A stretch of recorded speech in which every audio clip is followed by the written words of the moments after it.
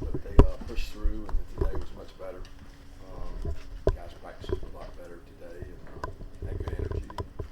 We did a lot of good on good periods.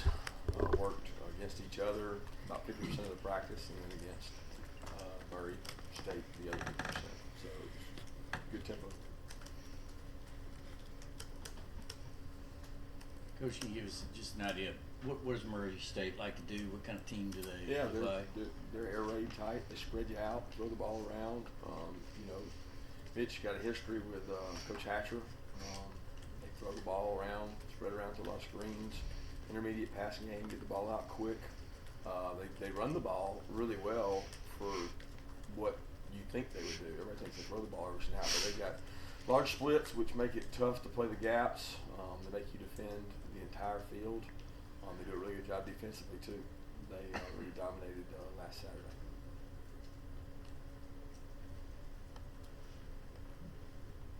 Kirby, a lot of guys yesterday were talking about playing to the Georgia standard and things like that.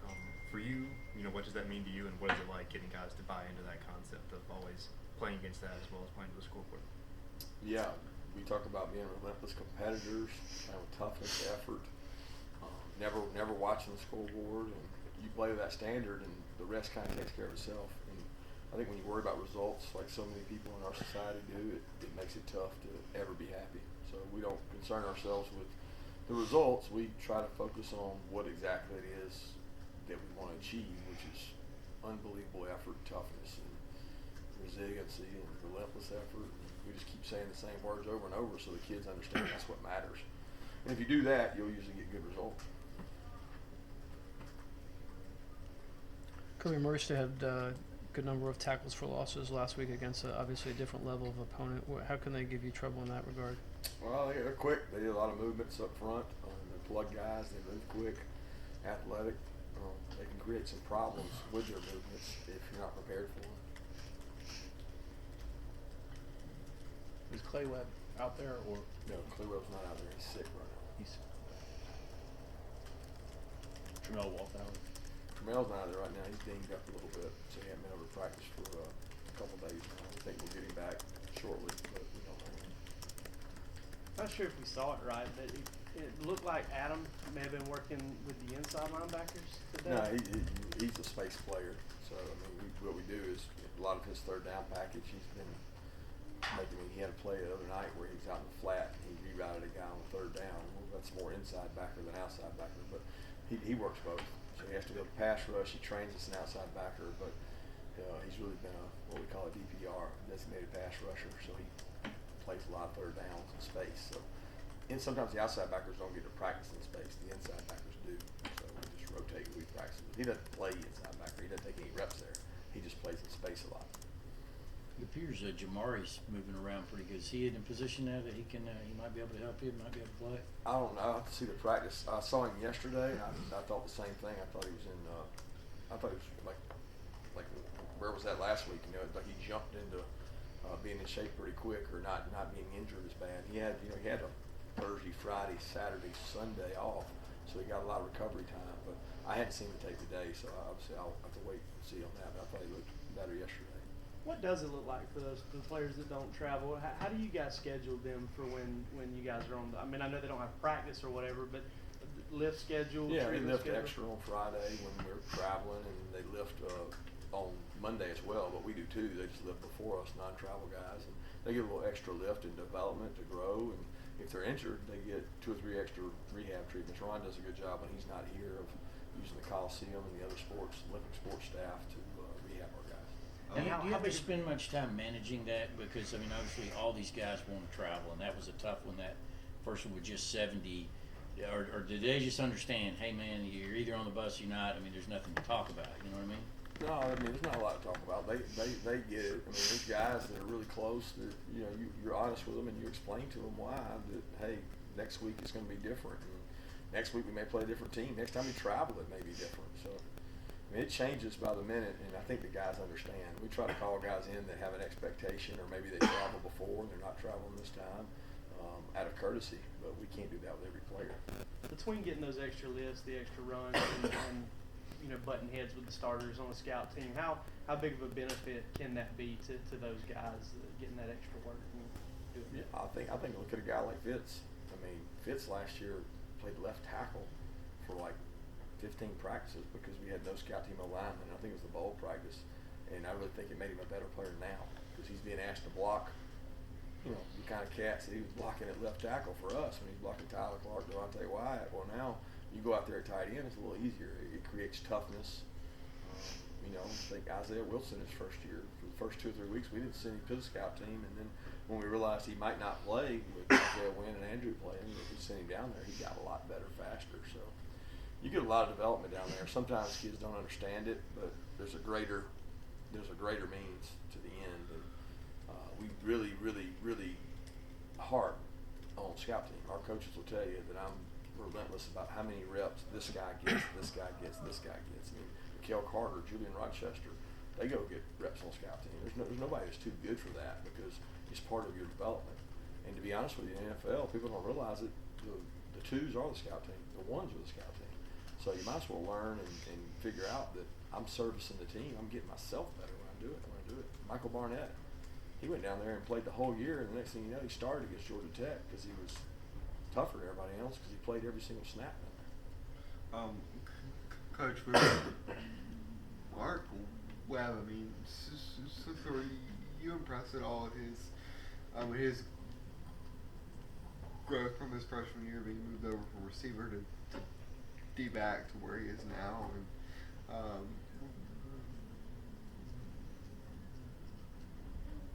whenever y'all recruited him as a wide receiver, did y'all ever talk about the potential of playing D-back at all, or no?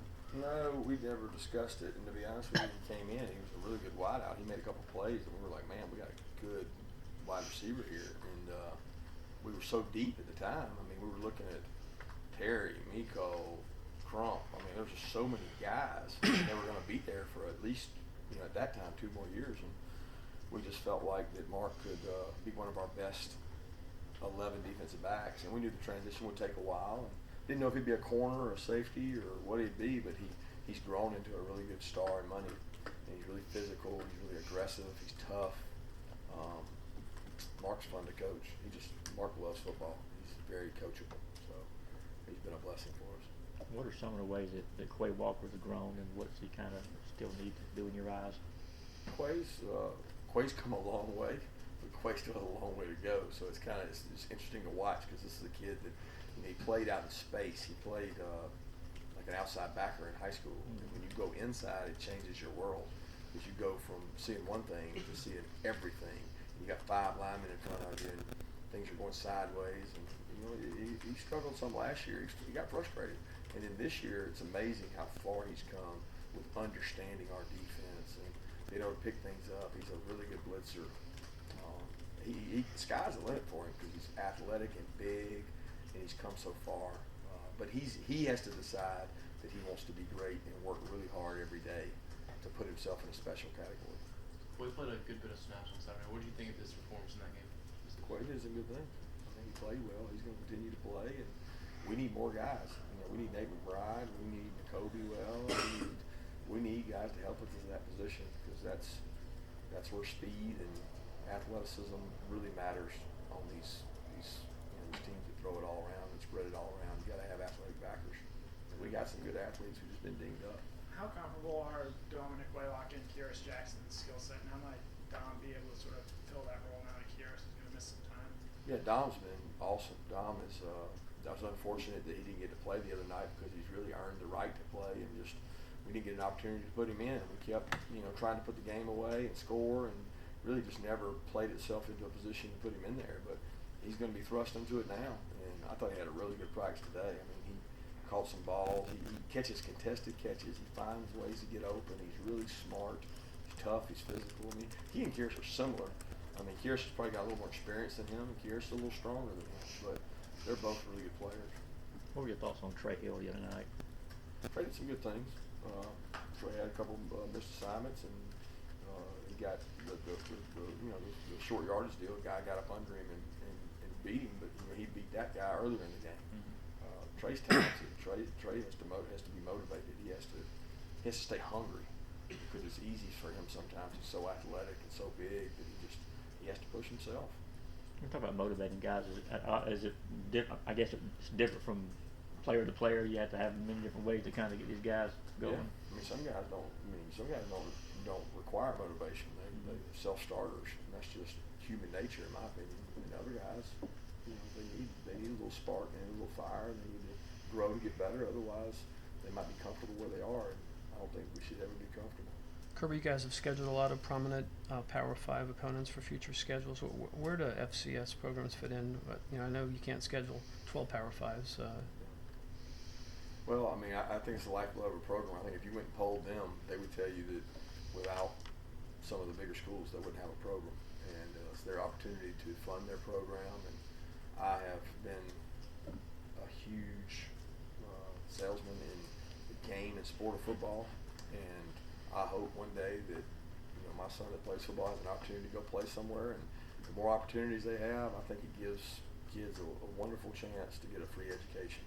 And if we don't play FCS teams, then there's probably going to be some of them flip and go under, especially the way television is today and attendance is dwindled. But that's the lifeblood of their program, and I certainly want to try to help support them, but not at the cost of our fan base, you know, not getting what they want. But there's a medium in there. Coach Doyle was saying today that you were the one who was kind of recruiting him when you were at VSU.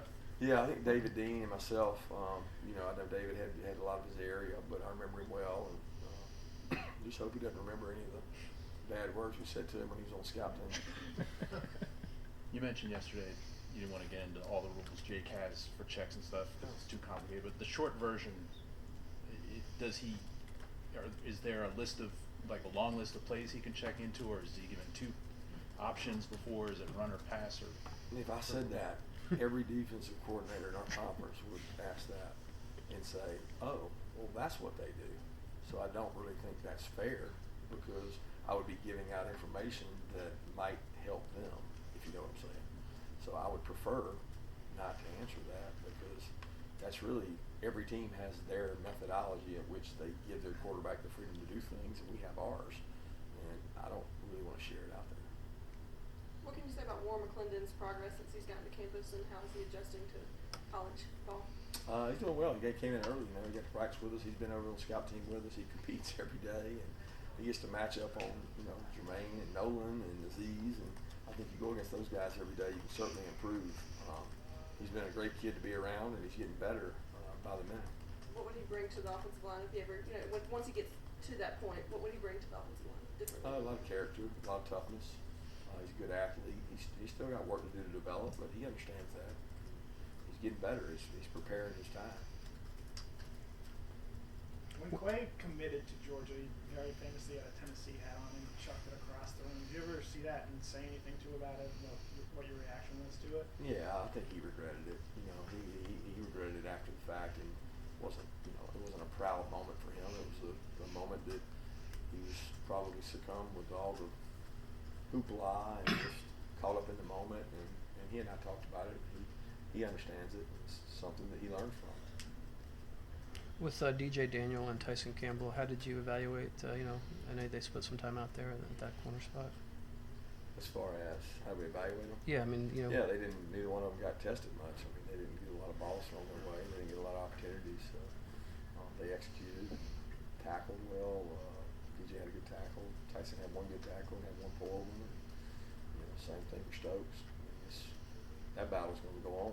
Robert Stevenson's in that battle, so that's never over. Can you Two more say, questions? you've talked before about how much those guys have to run and how much ground they cover during a given game.